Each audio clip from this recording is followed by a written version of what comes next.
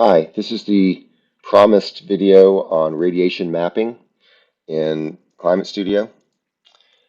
Before I start, I want to just touch on the assignment. Remember, when I write these assignments, or anybody who's writing them writes them, there's a logic behind them.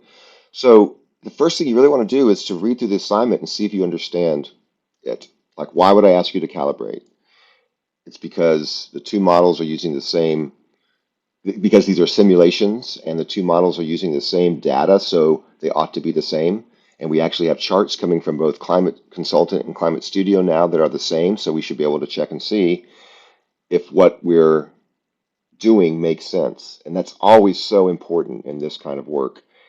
If you don't stop and go, wait a minute, am I pushing the right buttons? You may generate beautiful designs and graphics that are completely wrong.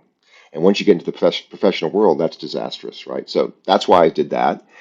Then this section is really set up just for us to experiment with the radiation mapping. And again, try to make sure that, first of all, it makes sense. And secondly, learn very generic things about our site through a controlled experiment, so we understand differences between our two climates and how the sun is playing on surfaces in those two climates. That's really important. If we jump right into designing, which is down here, then we're not gonna have enough information to make intelligent decisions. Then I said, okay, after you've played around some, we've learned a lot about radiation mapping and our site in a generic way, then I want you to, or our generic site in a generic way, I want you to that now let's choose our site, decide if you're using the one I gave you or you're going to create your own, and then let's go and start doing some radiation mapping with our actual site. So there's a really clear progression to this, right?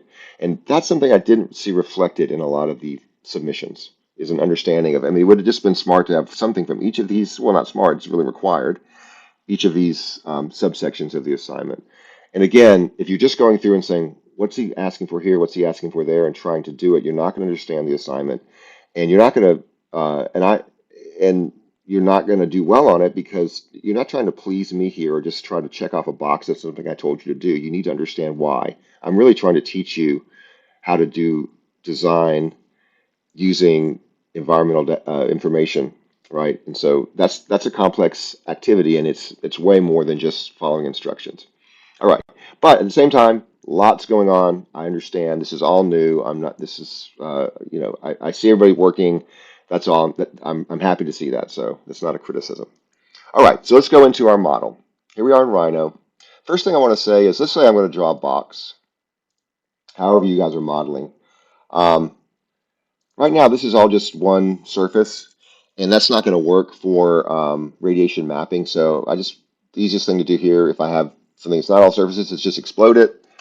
And now I have a series of surfaces that I could give different names to, and more importantly, in the simulation, they're going to be separately modeled for how much sun is hitting them. Okay. Let's remind ourselves a little bit about this interface and I've said before, you guys are new to performance modeling, so you don't know it, but this is a really clean, simple interface. It's so great how you can move between different models very quickly, different simulations very quickly, and how it keeps track of them. So it's really worth your time. Even I'm sure this is, it's new, so it can be frustrating or seem difficult, but this is a really good tool to learn, because once you know it, you'll be able to very quickly get a lot of information about whatever it is you're designing. Okay, so remember the first thing is that we have this site analysis section. And in Climate Studio, the site analysis simulations run essentially automatically it's like Climate Consultant. When we choose a climate, which we do here, right? And you can either choose ones that are already downloaded, or you can go download one in the same place you downloaded them in Climate Consultant, save them somewhere and where you know they are, and then access them. Okay, so I'm using New York LaGuardia, check. And so my site analysis simulations are already run just by choosing this climate. And you'll see we have some very similar um, charts to climate consultant, and that was the first thing I said in the assignment. Was like, okay, we might as well compare these now. They should be exactly the same because these are the same. This is the same climate data, and they're doing the same calculations. So basically, just displaying the data. Um, and so I think it's worth it to go check. And one thing you notice is that since they're not using the same scale, it can be a little bit difficult. And these need to be, if they're 10% off or 5% off, that would be important to know. So it'd be very simply, I just wanted you to look at it and go, yeah, they look pretty good. That's fine. But I want you to get in the habit of making sure that you're checking your work, because if you don't, it can look great but be completely wrong, right? Okay, so we have in et cetera, we have a psychrometric chart, we have windrows or something. It's like it's the same concept as the windrows in Climate Consultant. Okay, but we're not doing site analysis right now. We're going to do radiation mapping. And why are we doing that? Radiation map is essentially saying, you tell me what surfaces you want me to simulate the sun hitting, and I will do that, and then uh, I will calculate how much is hitting uh, those surfaces and give you that information in different formats, which is awesome that we can do that and do that quickly. So let's do it. First, you have to have it, which is hopefully you're already doing. You're using Rhino and as your basic modeling tool, I believe, at NYIT. So you need to be using layers and clearly, always clearly organizing your model. I would think of this as an outline. You go through and you go, what are the layers I'm going to need right now, and create them, and then fill them in with modeling as you move forward. So what do I have? I have my mass, which I modeled as these are all 600 square. This is a 30 feet by 30 foot footprint and 30 foot tall. So these are all um, actually, I don't know how tall it is. It doesn't really matter. Let me see. Actually, it's going to make me do it on the base.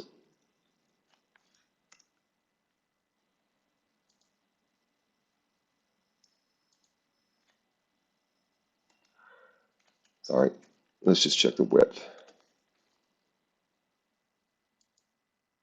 Yeah, so it's 30 feet wide. I think it's 20 feet tall. I don't know. It doesn't really matter. We'll check it. I don't want to waste too much of your time. The point is that this surface is the same square footage as this surface. Okay, so we have our basic building, and then we have a ground plane. I asked you to make a flat ground plane because I didn't want to have topography having any effect on the radiation hit in this building, because we want to create our own context so that we can experiment with how to change the amount of radiation hitting different wall or roof surfaces based on our goals, right? Because we need to, at this point, be thinking about what are our goals um, in each climate for utilizing the solar resource, which is the sun hitting the site. And then I've created some different context buildings that I want to uh, use to test my the radiation hitting, or to adjust the radiation hitting my building. But I'm not worried about this right now. So I've got a basic model here. And now, how do I make a radiation map? Well, first, there's three things you have to do. One is define a climate. Done. Next, I have to apply materials to the surfaces. You do that by, if you click on this materials tab, anything that you've got open, that you've got displayed in your model will show up here, and you can apply materials just by clicking. We can make custom materials, but of course we don't want to do that right now. You'll notice I'm just making everything concrete of one kind or another, because I feel like that's somewhat representative, and also it's not going to be complete. It will reflect some light, so context buildings will have some kind of effect on our building. But so the point is, doesn't really matter what you choose right now. You could experiment with these, but every surface needs to um, have a material applied to it. So I did that. My mass, my ground have materials. Now I need to identify what surfaces I want to run in the model. So if I turn on, so right now I have, you see I have ground, roof, west, north, east, and south. If I turn off my ground, that one disappears. If I turn off my building, those disappear. So you have to have the surface showing in the model to simulate it. Makes sense, right? Um, And what I did though is I went around and I selected each of these surfaces and named it. So this one is south, and I did that before I added them here. But let me so if these are all named and I come in and I want to add a new surface, I select it um, and sorry, select it. This is already named, so I'm not going to name it again. But if this was not in, had not yet been identified as a surface, I would give it a name here. Click OK, and it would be added to this list. And then I click it. I check it if I want it to be in the simulation, and I don't check it. I check it off or uncheck it if I don't want it in the simulation, obviously. But let's just go back and look again. What are we saying here? All we're doing is we're defining the sensor spacing, and you can just leave the default. Each of these let me go back to, let me show you another thing. Each of these black dots, don't worry about that right now. Well, actually, I'll go ahead and tell you. So I went to remember this is to this tab is to set up the simulation. These are the results. And in the results, there's this little viewport display. There's other places you can find it, but I find this the easiest. If you click on that, you can turn on and off the simulations. I've already run a bunch of simulations in here, and what this one's actually showing, well, I won't talk about that, but so if I want to turn off simulation display, I click that button, and now I just have my model here, right? These little black dots are the sensors. So that's what's actually collecting the sunlight or measuring the sunlight in our simulation. Okay, so now I've got all these surfaces. I've got a ground, and you can see it's selected there. I've got a roof, and then all the walls. So I have a climate, I have materials, I have surfaces. Now I can run my simulation. Hit run, and you'll see very quickly it does its job.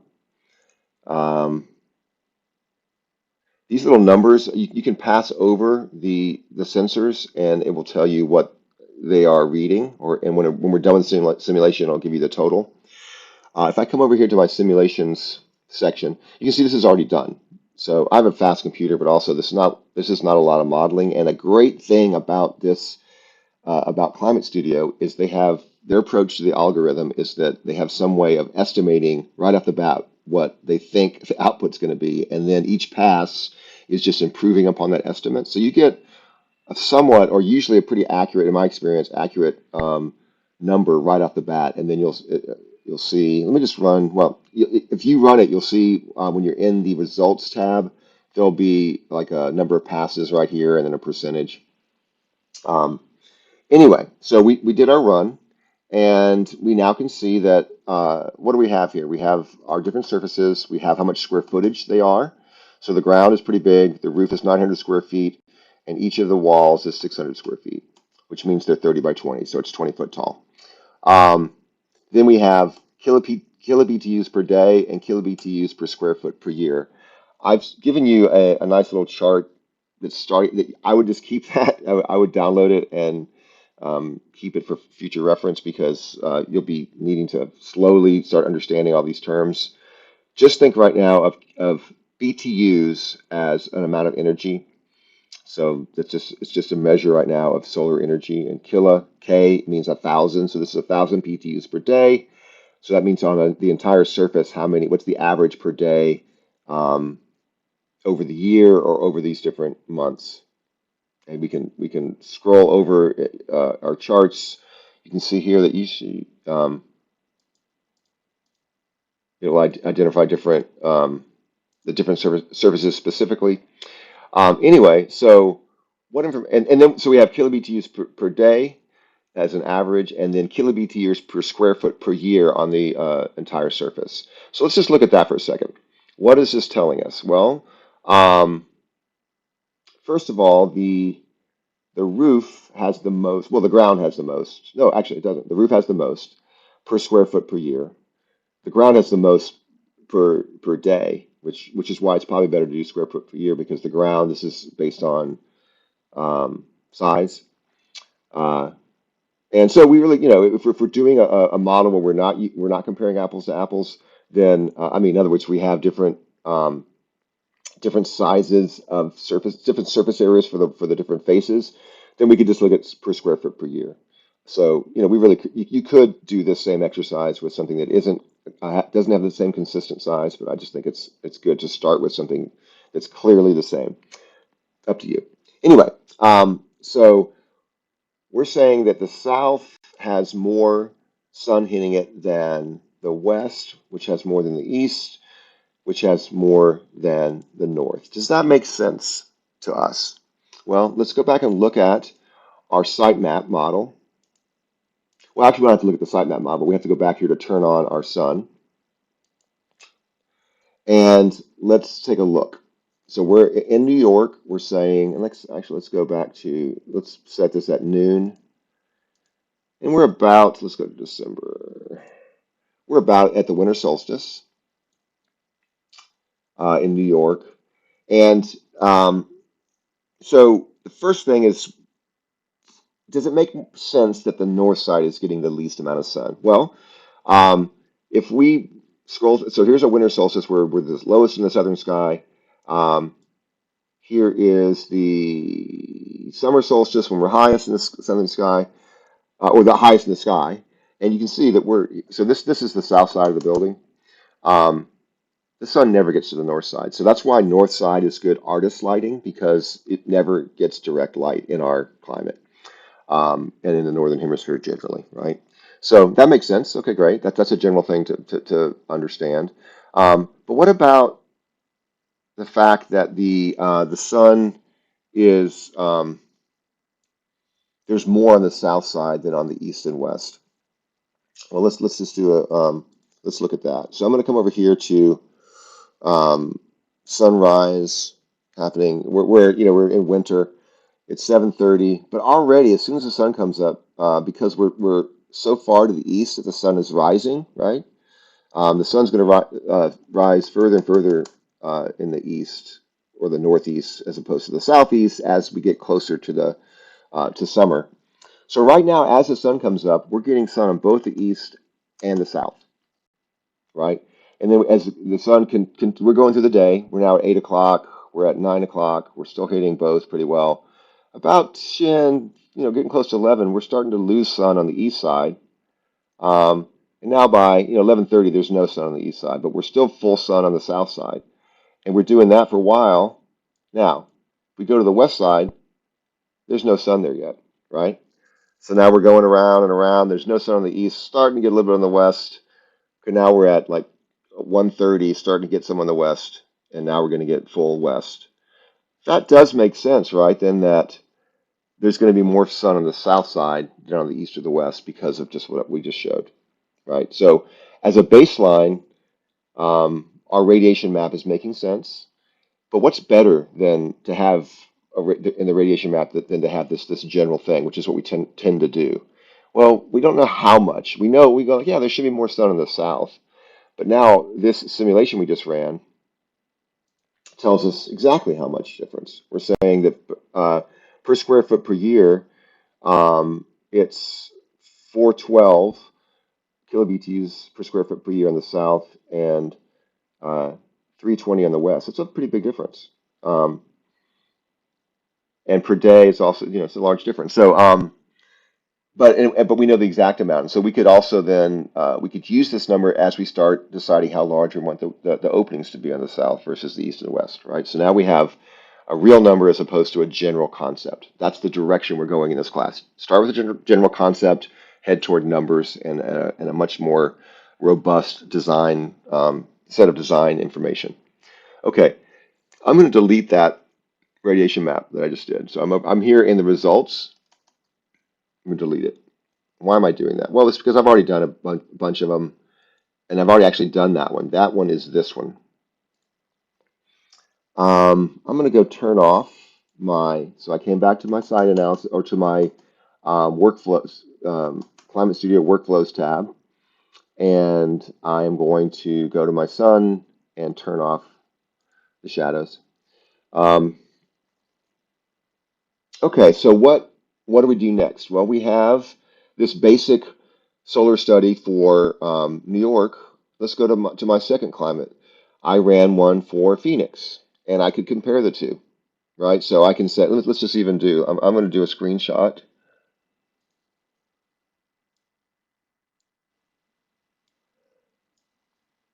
That's my New York.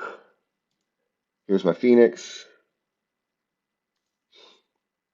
So what's our comparison? We've got 513 kilobtUs per year on the south in Phoenix, 416 on the south in New York. Interesting. That's a lot more. Why would it be a lot more? We would want to ask ourselves that. Still, we have more on the south than we have on the west or the east or the north for the same reason. In this climate, we may want to come over and do the same thing we did before, which is look at our and if you compare the two, you're going to see that the angle here is higher in Phoenix. Well, actually, I don't even know the latitude comparisons, so I'm not even. Oh, we don't have Phoenix on right now.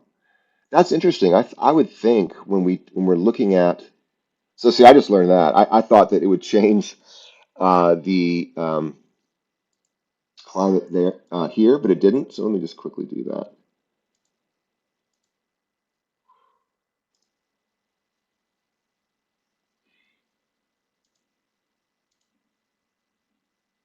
And yeah, you'll see that this is much higher in Phoenix for our solar window path is much has a much higher summer solstice um, angle or azimuth angle.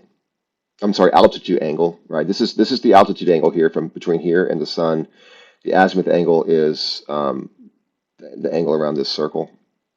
Anyway, so and we're also going to be rising in the summer much further in the east and setting much further in the west.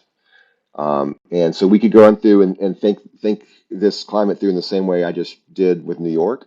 But the point is now we're comparing these two things, or we're able to compare them, and we're able to think about different strategies for the two climates using sun, but now with actual numbers as opposed to just kind of conceptual. Wait, let me go back here, turn off my sun.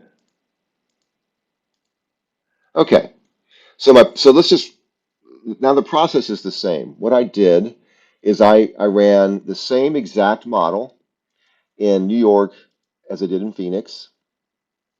Um, and I did go back when I ran this one. I set up Phoenix here.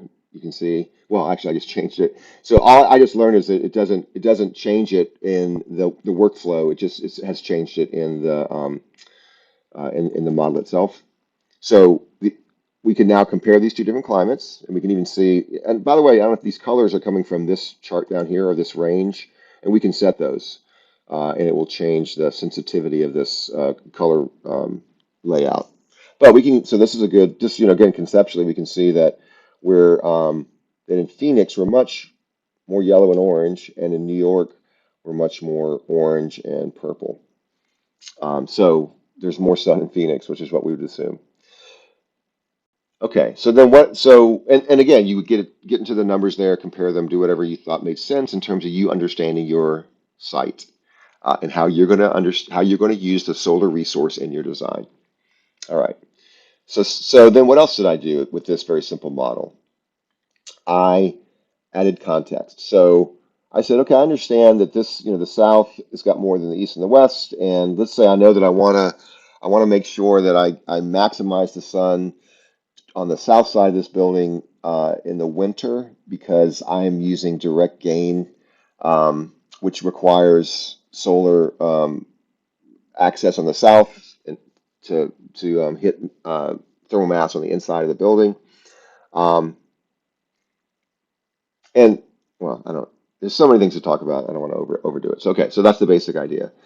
So then, what if now I want to start experimenting. If I say, well, what if I just want to see what the effect is of building. Let's say, okay, let me put it this way. I want to make sure I have full sun in the south in the winter. Where can I put a building? How close can I put a building on the south and not affect the amount of sun hitting the south side of the building?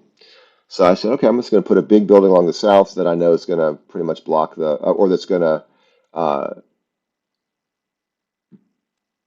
affect a lot of this southern trajectory through the year, right? So this is again where it's rising at the winter solstice and setting in the winter solstice. So I could, to be complete, I'd have to make this building the full width, but this is going to get most of it.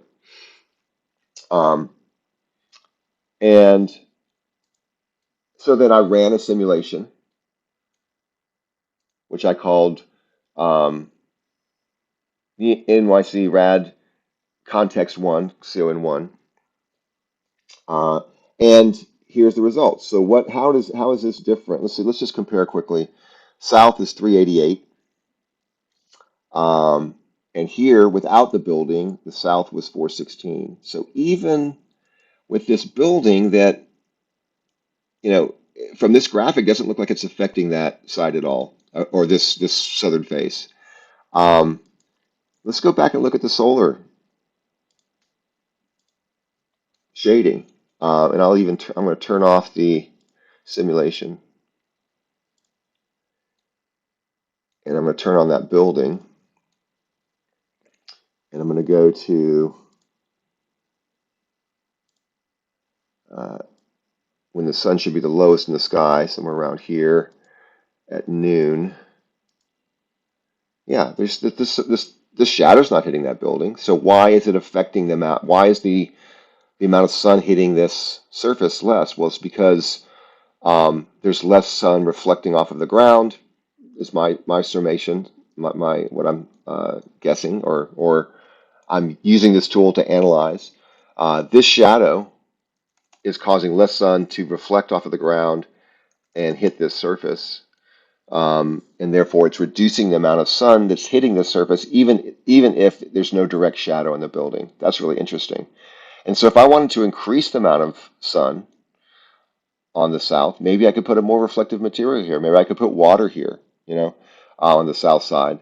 So I could, by seeing that this building is blocking sun to this, or reducing the amount of radiation hitting that south face, I can start thinking about strategies I might use to increase the amount of sun hitting that face. Or if I was in a situation where I wanted the sun to be reduced on this south face, I would be gaining information also, right? That's the idea behind this. Okay.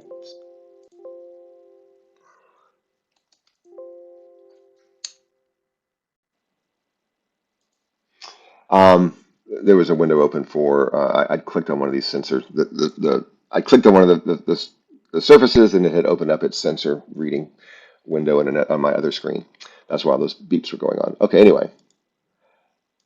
So let's go back to this. Let's turn on the simulations. Let's turn off all of everything in the model. So we're just looking at the simulation now. And so, but then okay, right now we're at 388 on the south. If I move a building closer, let me do that. Yeah, we're at 277. And that one totally makes sense because as we know, we're going to get some shade from the building here, I would think. Let's go look at it. Let me, oh, and I got to turn the buildings on.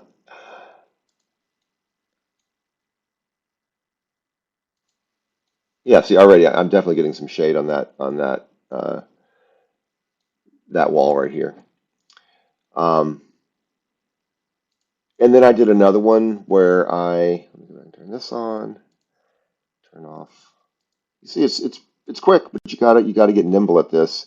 I did an experiment. Whoops, let me turn that on. Where I tried a building on the side and saw what effect it had. And again, I shouldn't just be looking at the south, but if this is what I'm studying, then that's what I'm focused on.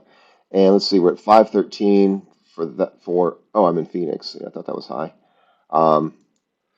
So I'm at 401 for this site context. I was at 388 for this one.